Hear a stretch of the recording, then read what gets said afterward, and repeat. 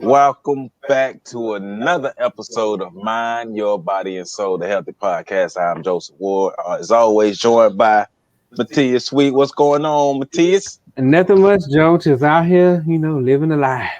Out here living your best life. Living my best life. Oh, I Y'all can't heard even them vocal sing. cords. Ah, Y'all heard la them la la vocal la la cords. la I'm la la coming to la. a convenience store near you. Yes, sir. Remember, Mind, Your Body, and Soul is an educational podcast that focuses on all things health related to help our listeners learn more about various health topics and information they may not have access to. We seek to inform, empower, uplift, and mobilize our listeners to becoming the healthiest versions of themselves.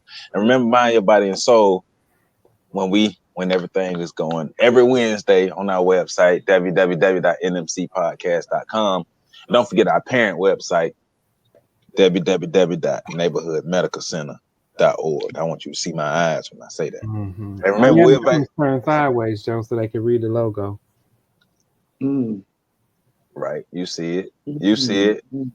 Y'all wearing Balenciaga. Y'all wearing Gucci. I'm wearing neighborhood. I'm keeping it real. There Okay, you go. maybe. And remember, if you are interested in just the podcast version of hearing our lovely voices, we're available on Anchor, Breaker, Radio Public, Pocket Cast, Spotify, Google Podcasts, and remember our home YouTube. So like this video, comment, subscribe, and share. Subscribe to the channel, share this video, tell everybody about it, because we're here to make sure you all have the healthy information that you all need, because we're the number one health podcast in the world. Ain't that right, Matthew? That's right. Number one. Number one in our book. Right. You know what I'm saying?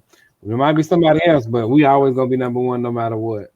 Always, always. So help me out, Matthias. I want you to help me out with this. Okay. We're in the month of June. Mm-hmm. What's special about the month of June? Well, the month of June is Pride Month. So that basically entails the pretty much just a day, a whole month that we get to rememberize or, celebrate Pride, which is for the LGBTQ population. So people who don't know what LGBTQ is lesbian, gay, bisexual, trans, and questioning / queer. Um, it's a time for us to be prideful about the community itself. It's to uplift the community. That's a community that doesn't get that much uplifting throughout the years or anything. And heck, we get a whole month to do it. I mean, it's just like, celebrating other monumental events because it's a lot of things that happen in June for the LGBTQ with the Stonewall Riot projects and things like that. So it's just a time for us to excel and uplift the community that doesn't get that much uplifting.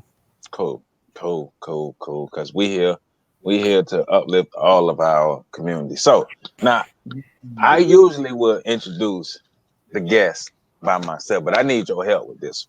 Okay. So I need you to support me with this because you know how we both feel about our guest today, right? You know. So my first, I'm start back from the beginning. My first interaction, it was a show at FAMU, right? Mm-hmm. And so before the show, like the week or a couple weeks leading up to the show, this person comes in and says, "I need, Lord, can you help me? Because this is the idea I have for this dress. I want to make a Trojan Magnum Trojan dress." And I was like, okay, that's not how my creativity works. So I'm like, all right, I want to see how this play out. So we got all the condoms we had, all the magnums that we had available. Bam, get these magnums. So we go to the show at FAMU, and with the dress on, in heels, I'm talking about shut it down. Mm-hmm. And I'm live. I can't even get my words out, just live. So I was like, wow, this is some amazing stuff. But not only that, followed up with the advocacy and the passion within the community, but the creativity, the energy, the passion that you bring to it. Go ahead, help me out with this, Matthias. And Help so, me. like, my first interaction with this person was through the nightlife out and about, you know what I'm saying? Then learned that she was a advocate working for other agencies in town for HIV, you know what I'm saying, bringing awareness to the community, to the LGBTQ community, as well as other communities, but just being a big advocate, a person you can just count on that cares, that will give you almost the shirt or the dress off her back if she can, and just be the one to say, hey, I'm here to help. How can I help? She does great things in the community as far as advocacy work for youth, for LGBTQ, for just any regular person. She's, I mean, a great entertainer. She's going to be upcoming queens of different things, and we're speaking things into existence. Already. And just, you know what I'm saying, just a great entertainer and all around person. I'm happy to call her a friend, a sister, and she's a great advocate for the community, and that is Miss Janelle Diaz. Yeah. Hey, Yeah. Welcome, welcome, welcome. thank y'all for having me. You're welcome. You're welcome. Thank you for Problem. being here today and getting to celebrate Pride Month with us. Yes, yes. It's a very Yeah. busy month. It is. Right, right, right. I'm just It trying to is. maintain. Yeah, this Pride Month and last year's Pride Month was interesting because of COVID Mm-hmm. and kind of restricted how we would normally go out and provide services or information or just interact in the community. And it was a challenge because we had to be virtual about a lot of things. But I'm happy with this year. We actually get to have virtual, have reality, and have being there. So getting back to that actual interaction with people and being able to get back out in the community with you. So we're just excited about that. Right. We're ready to jump back in, as you can see. You know what I'm saying? Me and Joe, as everybody know, are not behind a desk type person or behind a computer screen. We more out there in the trenches. I So know. can you just tell us a little bit about Janelle Diaz? Oh my goodness. Mm-hmm. So, a little bit about me. I am a parent. I have 3 kids that's grown now.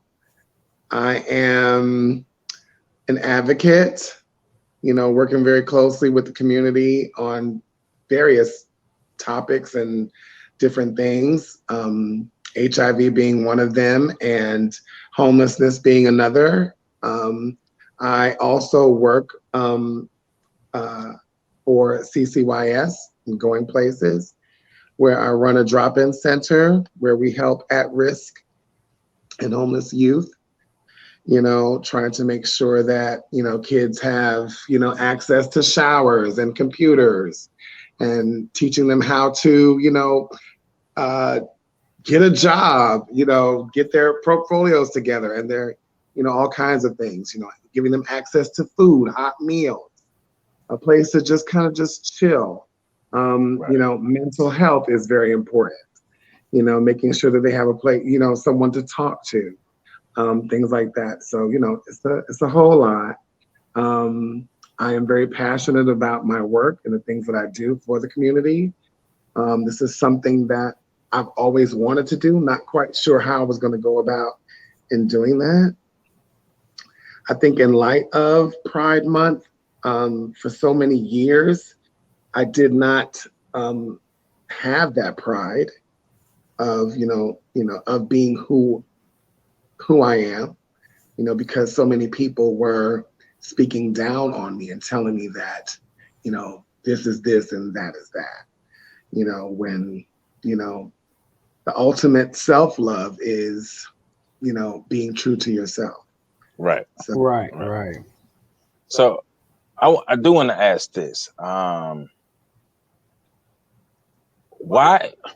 Because before we kind of get deep into it, and this is just a general overall answer, it doesn't have to be scientific or whatever, but why is Pride Month important to you? Pride Month is important to me because, well, me personally, like I said, for so many years, I grew up in the church, so many years, and we've been taught that, having a prideful heart is like, something bad, or so for me, Pride Month is special for me because we're highlighted for the month.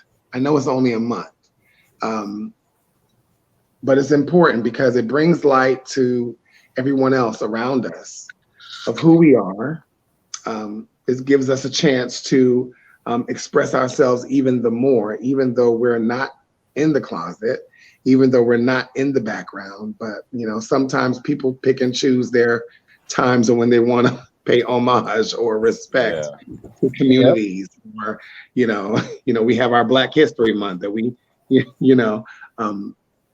so many different entities and communities are kind of pushed to the wayside, and the LGBTQ plus community is one of those communities that we are kind of pushed to the wayside until something bad happens, or it's Pride Month.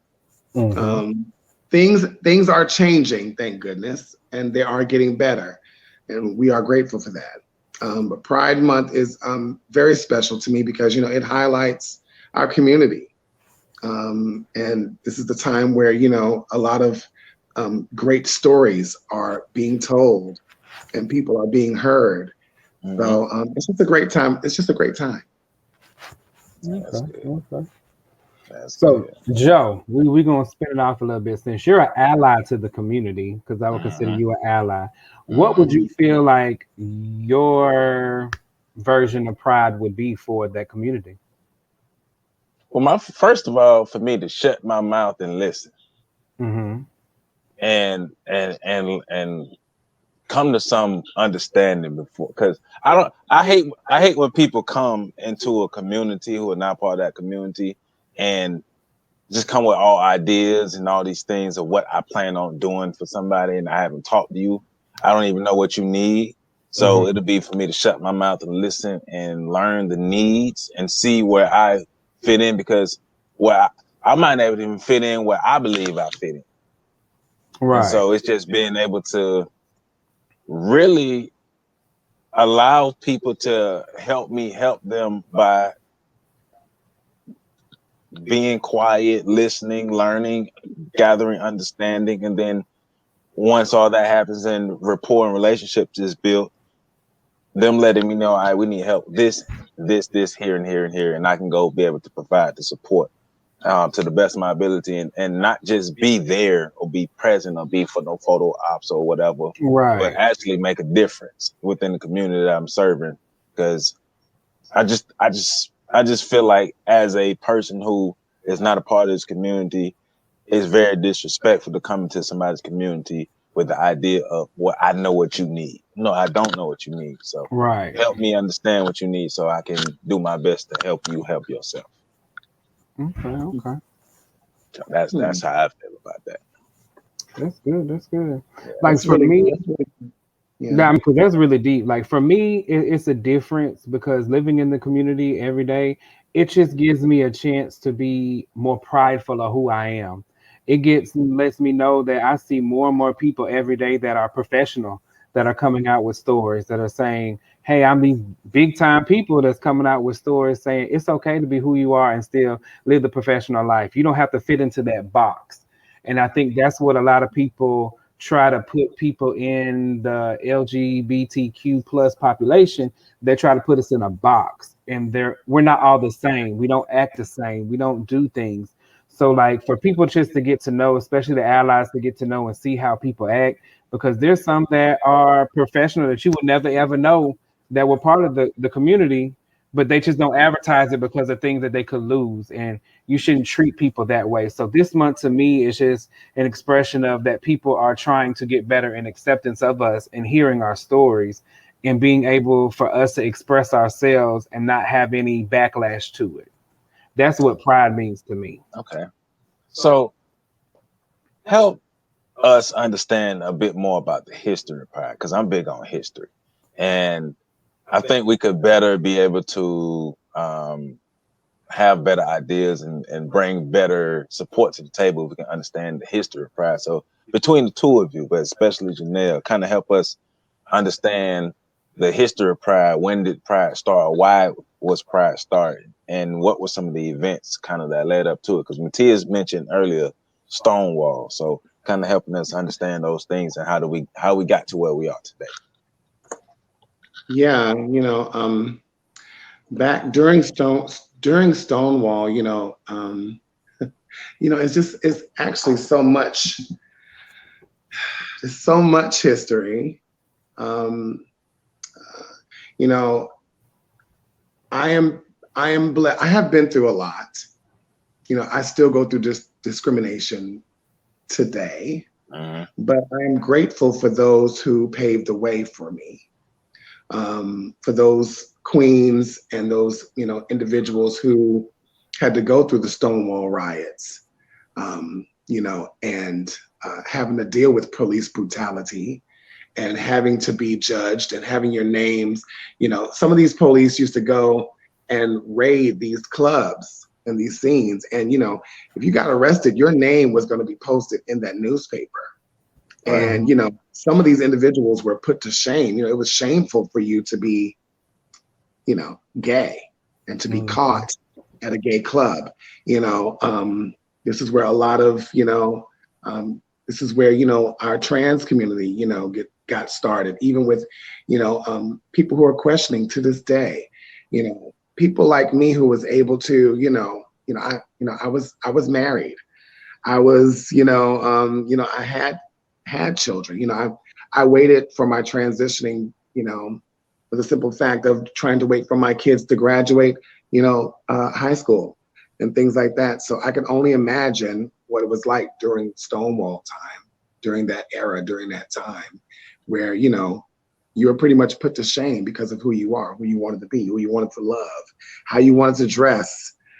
What does it matter how someone else choose to dress or express themselves? But yes, Stonewall, started it all. We got tired of it. Our community got tired of, the police brutality, and, it's pretty much said enough was enough. So we decided to fight back. Okay. It's just for the members of our audience who may not, and it's either one of you who may not know exactly what Stonewall. No, we're not talking about general Stonewall or individual, but we're talking about events. So kind of, and you don't have to go into the whole historical thing. Just kind of give people an idea of what that Stonewall event or the period was. The period was around 1969, if I'm not mistaken, right, Janelle? And it basically was a place in pretty much, basically, I would say, New York City. And it was a place that kind of like a neighborhood, and that's just like an area where the LGBT can go together, have fun, non-judgmental zones. So it's like a safe haven, in other words. And basically, the police came in and just started attacking. And that one time, the people just was like, "We tired of it," and they started to fight back, like Janelle said. So it's just like a safe place that somebody went to that enough was enough. And it's kind of like, if you look at the Black Lives Matter movement and different things like that, people are getting tired of things and not able to be who they are. We're in a century or a decade or years where we should be able to express ourselves no matter what.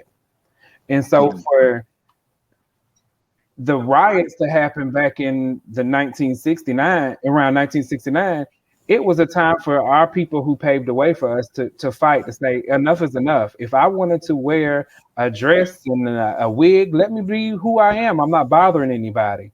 It shouldn't matter, what I'm doing. If I wanted to dress as a girl, it's okay. It's okay for people to be who they want to be and live the lives that they want to be. If I want to be with a man, it's okay. It shouldn't bother people for who I'm being with. And so they just basically got tired for wanting to be who they were, for just, just putting up with the hate, because I would consider it to be hate, because they didn't understand a certain type of culture, or they didn't understand something. And people shouldn't be treated like that. So this place was basically a place for people to, one of the places were for them to basically just be who they want to be in a comfortable place. But the police came back and they just started arresting people, seeing people, putting in vans. Normally people would just scatter away and just run because that's what happens when you see the police a lot of times. But this time they did. And so Right. I think it's a monumental thing for people just to stand up for themselves and their rights for what they believe in, because we are in a country of freedom of speech, where we should be able to say and feel how we want to feel, and it'd be okay. And people just have to accept some of the things that we say. Right. Okay. So Joe, too, really quickly, also, to explain a little bit of why we were fed up. Well, during that time, the community was so fed up. The police had an agenda.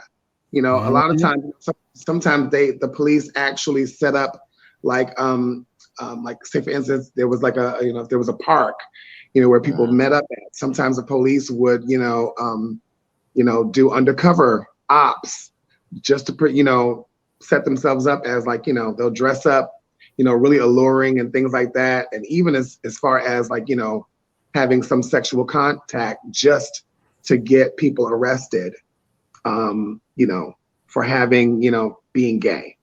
Right. So, and these were multiple times and occasions where police raided clubs or raided different areas, just harassing the community. So that's where the whole fed up type. Right. Thank you. Yeah, thank you. It was specifically targeted for, absolutely no reason. Okay, so my question for you. You have this history of mistreatment, of discrimination, even of violence towards your community. Mm-hmm. You have those things happening right now. What gives you the courage to be an advocate, to be an activist for a community, knowing that it could put you in danger? What makes you say, forget all of that, I'm still stand up for my people? From a very small age, I've always felt the way I have felt. And I always had questions on, why do I feel this way? Because I was told that it was wrong, right? So having the liberty of being who I am today, I feel empowered. I feel, I don't know, I feel like myself, I feel important. Right. Every day I have to, wake up and I look in the mirror and I feel great. I feel good and I feel empowered of being the person that I am. So what pushes me is, I have to go out here every day. I have to, walk out of my front door, and I face all types of people every day. My kids are concerned about my safety too sometimes, and it's important because, okay, let me backtrack a little bit. So back in the day, when I was trying to discover who I was, I was introduced to the scene. I was introduced to the life of, I seen drag queens and I saw other trans women, and it just was like, oh my God, this is, where all those feelings come from. This is, this is me. Mm-hmm. But there was a backstory to all of that. I had to, it was a lot of glamour, it was a lot of glitz and all that, but there was a backstory to that. There's, how am I going to pay for my hair? How am I going to pay for my rent? How am I going to live out here? So I had to do what I had to do. And I, started hustling in the streets. I was prostituting, mm-hmm. And not only did prostituting cover my bills, but it also filled a void almost. It's going to sound weird. Mm-hmm. It filled a void because when men would, either, come on to me or things like that, this is something that was new for me. So I was like, wow, guys are attracted to me like this, or they're showing me affection, mm-hmm. When for so long people were mistreating me, calling me names and kind of shunning me. These men accepted me. It's kind of mm-hmm. weird to say. Right. It was a twofold type of thing. So when I go out and I advocate today, I have a respectable job. I make a respectable income. Not saying that sex work, for some is, that's their only way of survival. So I don't downplay sex work, for my community, because in our community, sometimes it is survival for some.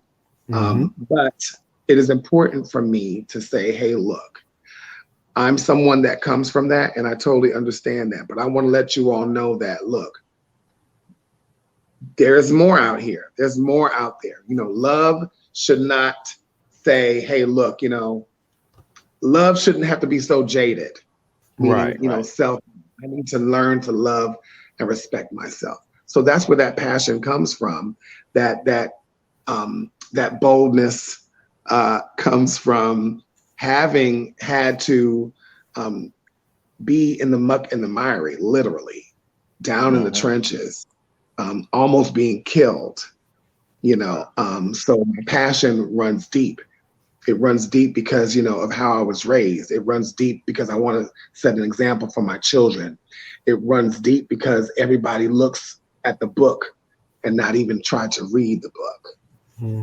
So my advocacy goes beyond mere words. When people see me, I want them to see me as someone that, hey, look, I can be able to help you. I'm at a drop-in center. There's people who come in here, they need a hot meal, and when they look at me, the first glance, they're like, wow, I need help. Well, somebody like me is in a position to help you.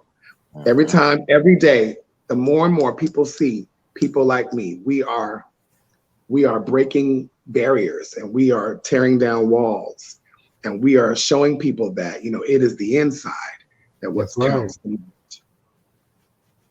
That's why I fight so hard. I fight for my children, for my grandchildren, for my legacy, for my community. Don't have fear. Even within our community, we have people who hate, even within our community. This month is a time where we can come together and hopefully learn from one another, and mostly respect one another. Right. Yeah, and especially like really thinking back a year ago, we were in the streets protesting for literally for our lives a year ago. And for you, it's more than just the protest. It's a way of life. It's a way of living. It's what you do on a regular basis when helping these kids. So let's kind of lighten it a bit. What is in your advocacy and in your activism? What are some of the highlights? What are some of the moments you've had where you're like, yes, this is what I'm supposed to be, or it just filled your heart with joy because this thing happened? Oh my goodness. Just this gonna make me cry. I'm trying not to, because I was literally at Publix the other day. I had a couple of weeks ago, I had sometimes you just gotta take a mental break. Sometimes you gotta really take time for your, self-care, mental health is very important. It is. Especially in this field. So literally I had a really rough day. I was at Publix getting me a Publix sub. And this young lady came to me, we was in line, and the line was packed. And I was trying to order my sub. And the young lady that was behind the counter, she came up, she was like, oh my God, I know you. I know you from somewhere. I don't know where I know you, but you're significant.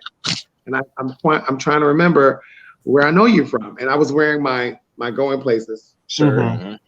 And I pointed to the shirt, and I was like, oh my God.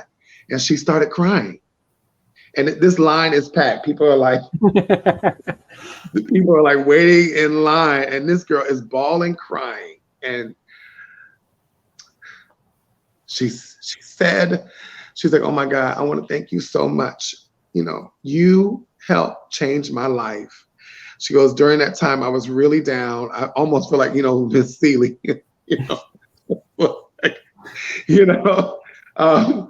she was like, I was really down, and I was going through a bad time in my life, but now I'm doing good. I got my own place. You guys fed me. You guys gave me clothes. You were there to help me, and I want to tell you thank you so much. If I didn't tell you thank you, I want to thank you right now in front of all these people. I was like, oh my God, you know. So, you know, the lady that was next to me, she was like, wow, you were her angel, you know. And I think about how good that made me feel, because it just reminded me on why I do, you know, what I do. I think so many times, you know, I even think about how, you know, even my church, you know, I was kicked out of the choir. I was kicked out of the praise team, you know, because I was gay. And I was like, wow, that, you know, I was like, wow, you know, I was sat down in a church. They told me that I had to sit down and that I wasn't called to a ministry, so to speak, because of my sexual preference, which really had nothing to do with that. You know, when I'm in church, I'm not thinking about sex. Right. Just because I am who I am and I love who I love doesn't mean that I'm thinking about sex 24/7. You know, but having that's just one. That's just one situation that happened very recently, like a couple of weeks ago, not even. And it just reminded me on why I do what I do. And it brings me joy. So whether I, God forbid, you know, whether I was to die tomorrow or something were to happen to me today, I can go out saying, you know what, I did the best that I can do to help other people, you know. So yeah, it's rewarding at the end of the day. It is. Like, even no matter what field you're in, because I think all three of us look at people as we never know what their shoes are, or what they're facing that day. So what you can say can turn around and save a person, and what you can say sometimes can turn around and hurt a person. So even in this field, even when we think people not listening, people are listening and watching what we do, and we don't even know it. And then they do come back and give you those stories, and you be like, I did that. I did that. I didn't even know I did that to that person. And so it is very rewarding. And sometimes it gives you chills, because you just be in the store like, do I know you? You those people that talked about this, or, you know what I'm saying, you're the person out here that helped me do this. And it's beyond rewarding. Like, it doesn't matter about the money. It doesn't matter about anything at the end of the day. It matters that you made a difference in somebody's life and that you could save. And I think that's why most of us do this type of work. Yeah. I mean, it just feels good, because we don't do it for the recognition. And you know what I'm saying? Me and Joe were talking about it the other day, that we have people that are out there just to do things for the recognition. That You is don't so have to true. recognize me. You don't have to give me no awards. You don't have to give me no nothing. It's I love to do it. And if I get recognized for it, most of y'all know I'll be like, okay, I ain't getting up there talking about nothing. I don't want to say nothing. I'm good. I'll sit here in the back. But you gotta do what you gotta do sometimes. But it's not about what you can get from the community or the accolades you get. It's about knowing that you did the work and you're helping people. And you'll get a lot further in the community. You get a lot further in life by not trying to be always in the limelight to say, I want to do this so I can get recognized for doing this. Right. I think a lot of times, a lot of people get lost in recognition. Hence, the whole Black Lives Matter movement. There was a lot of people wanting to do certain things, or just because everybody else was doing it. And like I told someone before that was trying to throw me under the bus for not protesting, I let them know that my life is a protest. My life is a protest. And see, I think a lot of people don't understand, like, when they go through movements and things like that, they got to understand that it's not just a movement, it's an everyday lifestyle. That's just like, and I mean, no disrespect to anybody when I say any of this. So it's like being Black is totally different, and that's a different fight that people have to fight every day. When you're a member of the LGBTQIA plus population, that's a fight every day. I worry about my friends who are transgender. You know what I'm saying? That's either if they're male to female, female to male, or trans unspecified. So it's different levels to being in the LGBTQ population that people don't understand. But I still worry about them, because you never know somebody's intentions. I met somebody the other day, and they was like, one of their friends who was LGBTQ went missing for 5 months and is still missing. They don't know what happened. They don't know what's going on. And the only thing you can think of is, Did they go on meet somebody and have a date and they got killed? Something happened. But that's the life that people live every day. And it's not, it's like when you step out the door, you don't know who's there waiting for you, hating on you, looking at you because they don't like you because of your sexual preference or because of the color of your skin or because of what you do in the community or because they're jealous of you. And so you never know what other people's intentions are, which makes it scary for people who are living their life to the fullest and just trying to help people and be true. And it's always the ones who are true and helpful are the ones that get hurt in the end. And it's just dangerous out here for anybody, not just because you're in the LGBTQIA plus population or you're black or you're white or you're Hispanic. It's dangerous for everybody. And if we could just somehow find the love, you know what I'm saying? Love is not hate. Love is just love. And if we could all learn to love each other, especially during this time of the month, I think it'll be a better place and put differences aside. It's not always about what the fighting for, because you have those people that I'm only fighting for Black Lives Matter, but all lives matter. We're human. Take out the life, the gay, the straight, the black, white. Take all that out. We're human people. And if we can get to understand that people are human, I think we can get a lot further in life and stop treating it as just a movement. Let's treat it as an everyday lifestyle. Because if you're only fighting for 3 months, or you're only fighting during that month during Black History Month or during June, because you know Juneteenth is coming up, everybody. You know that's a day that we don't celebrate that much, but we need to celebrate this year round instead of just on certain days. Well, I think we, especially those who are able to go out and protest around this time last year, I think a lot of them, some of them, not I ain't gonna say all of them, but I think some of them got more of a realistic view of what advocacy truly is. It's not about following a trend. Right. It's not about doing what's popular right now. All right, because courage is one of the words that I use with you, Janelle. Like you just talked about. Someone approached you about protesting something that was popular at the time, that was in the news, nationwide story, and you made a decision based off the information you had, but you stood on it because of the courage that you had for yourself, just courage, period. And yeah, you did face backlash, but what I want people to understand is no matter the backlash you face from that, you are the one we see out in the community on a regular basis. Ask anybody in Tallahassee. You the one be on FSU campus working with the children. You the one be on FAMU campus working with the children. You the one at CCYS working with the children. You the one in the streets. When people are having events, we see you. You get called. So it's just for me, and you've put in your work. You've put the time in. You've given yourself to this community. So I don't care what nobody. I'm take my glasses off for this. I don't care what nobody else say. We're not gonna, well, because you deserve the love, you deserve the respect, and you deserve the honor because you've earned it. You are not from Tallahassee, but you've adopted this place as your home, and you decide to go out every day to help make these streets better. It's people who've been here all their life who don't care about none of that, but you do.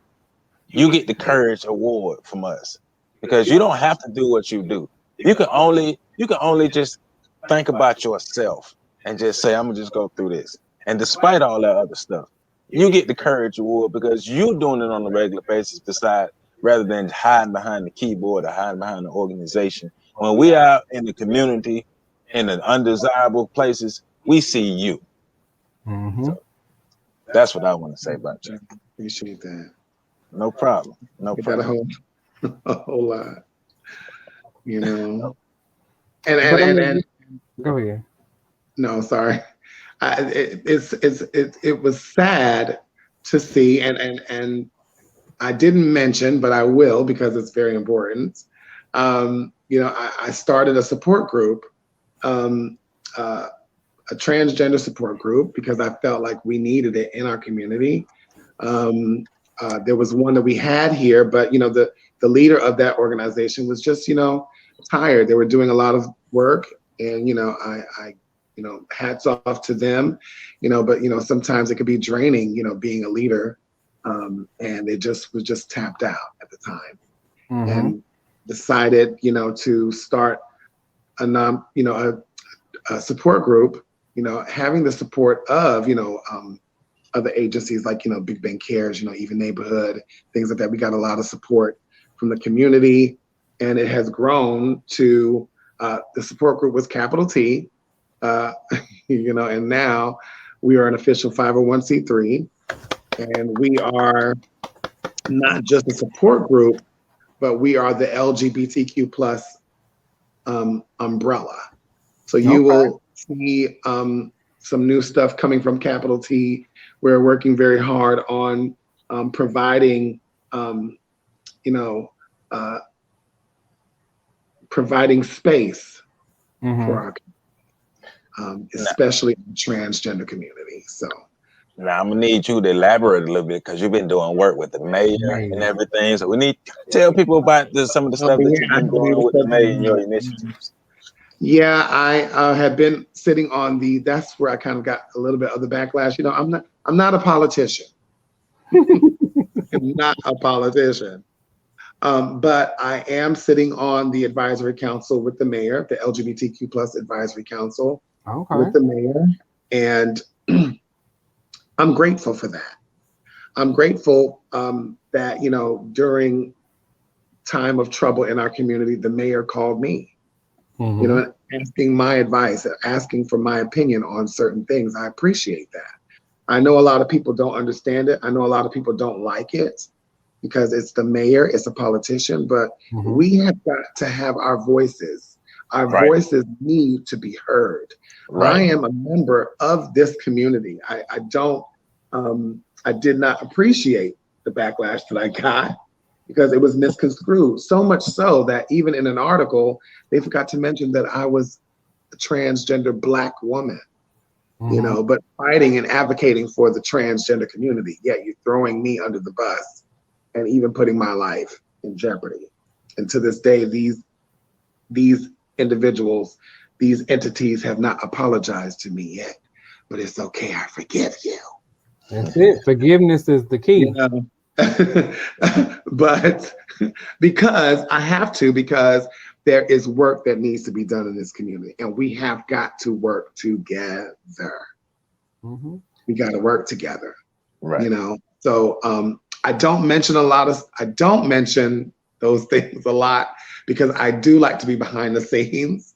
I do like to delegate and allow people. I think that's a great leader, when you can allow people to flourish and do what they need to do the things that they're good at, and we work together to make the big picture happen.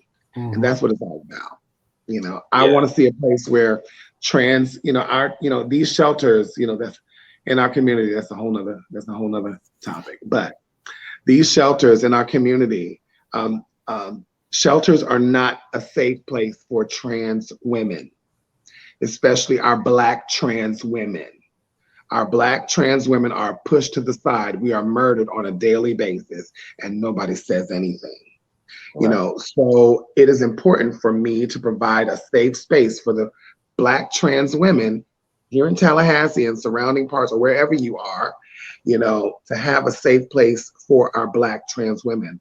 Also having a safe place for our LGBTQ plus youth, our LGBTQ plus elderly. We need things here in this community, in every community. We are not invisible. Pride Month is that time to push forward our initiatives and to galvanize and come together as community, to let other communities know that we're here and we're not going anywhere.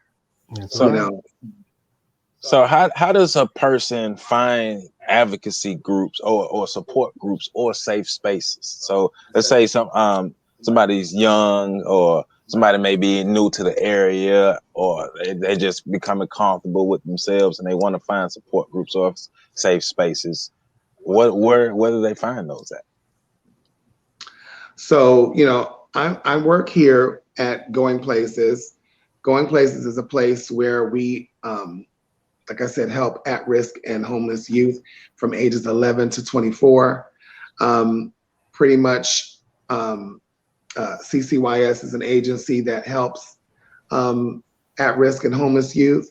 Going Places is one of those branches from CCYS that helps. If you go on our CCYS website, you will find some support, some help. There's so much that needs to be done in this community. I'm sorry to say. That's fine. Sorry. I'm not sorry to say, because it's needed. It's needed. We're in the Bible Belt. We're in the Bible Belt, and people don't want to talk about this. We're in the conservative area where everybody think that you're supposed to think one way, and it's not working. Yeah, it is what it is, and it's not working. Everybody's fighting for dollars and not fighting for the true cause. Right. You know, it's like having all these different agencies fighting for, fighting for people who live with HIV, but yet they're at a tug of war with funding and who's got this part and who's got that part, when there's people who need that medication. We're not worried about who got what part, who got that part, just so long as we all coming together and make sure that people survive, people are living, people get the things they need. Our homeless. And I get that, and that's what saying the goal is for. I know for neighborhood, I can say for neighborhood, we work well with anybody. Like anybody that want to work with us, we here to help, we here to figure it out. Because at the end of the day, it's not always about money. It's not. Yes, money does, that has a price. But at the end of the day, as long as we can get, and with the partnerships, that's what they're supposed to do. You're supposed to be able to partner with your community agencies so you can take care of the patient, across folds. Because your agency might be able to do something that my agency can't do. So like, we partner together when you need the kids to be, healthcare and stuff like that. We can partner. Now, if I got a patient who said, they're homeless, the first person I'm calling is, hey, Janelle, where can we put this? I got a kid that's 16 that's, he's out. Because, a lot of people don't want to talk about that either, but it's a lot of homeless youth here. Or it's a lot of youth who are, being affected by other things and looking for ways out and have no way to go. Because you can't really...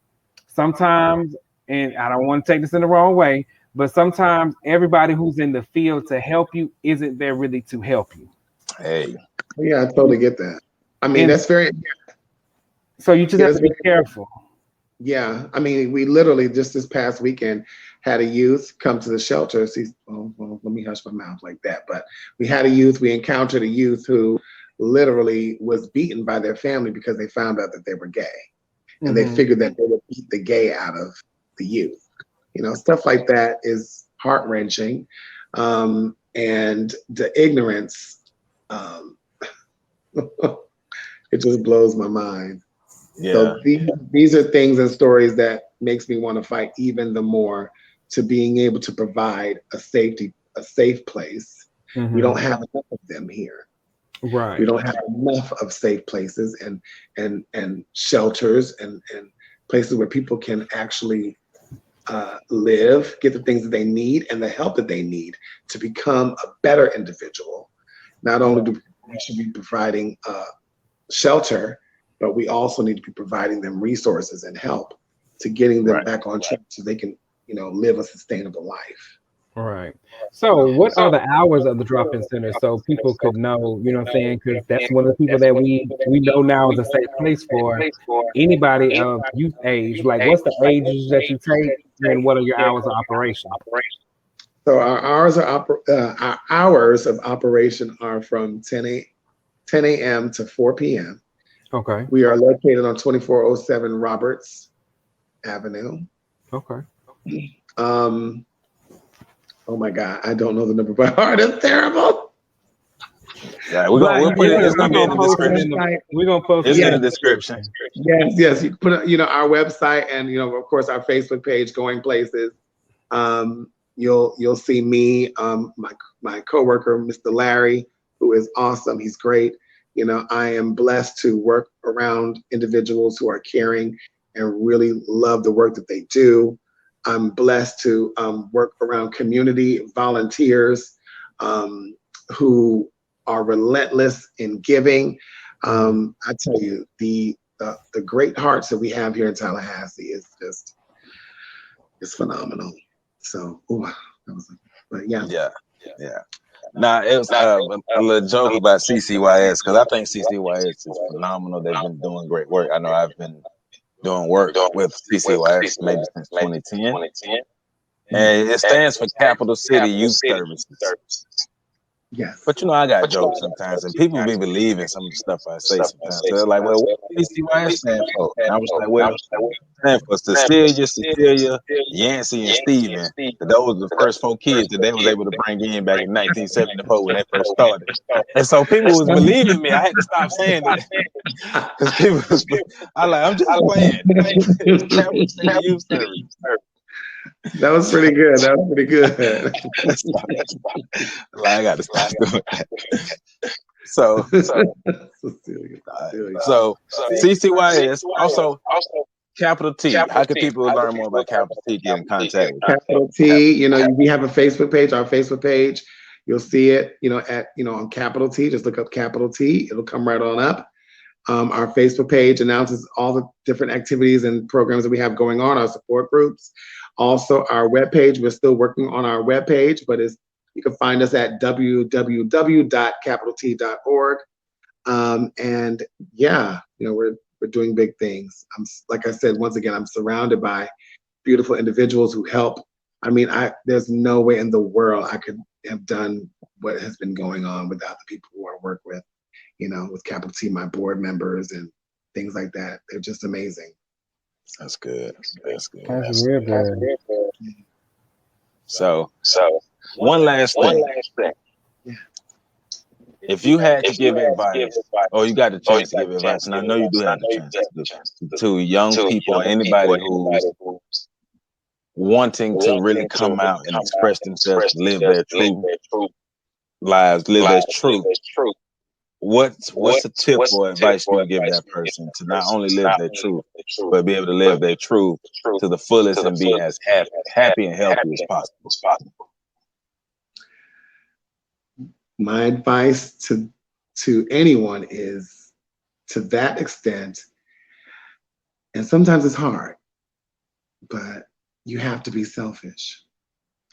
It's about survival. You said a key word, to live your truth, to live. In order to live, you have to take care of yourself first. You have to take care of yourself. I don't regret the life that I've lived. It has cultivated me into the person that I am today. But I always tell individuals that you have to choose you. There's a lot of people who are not fortunate to have their families.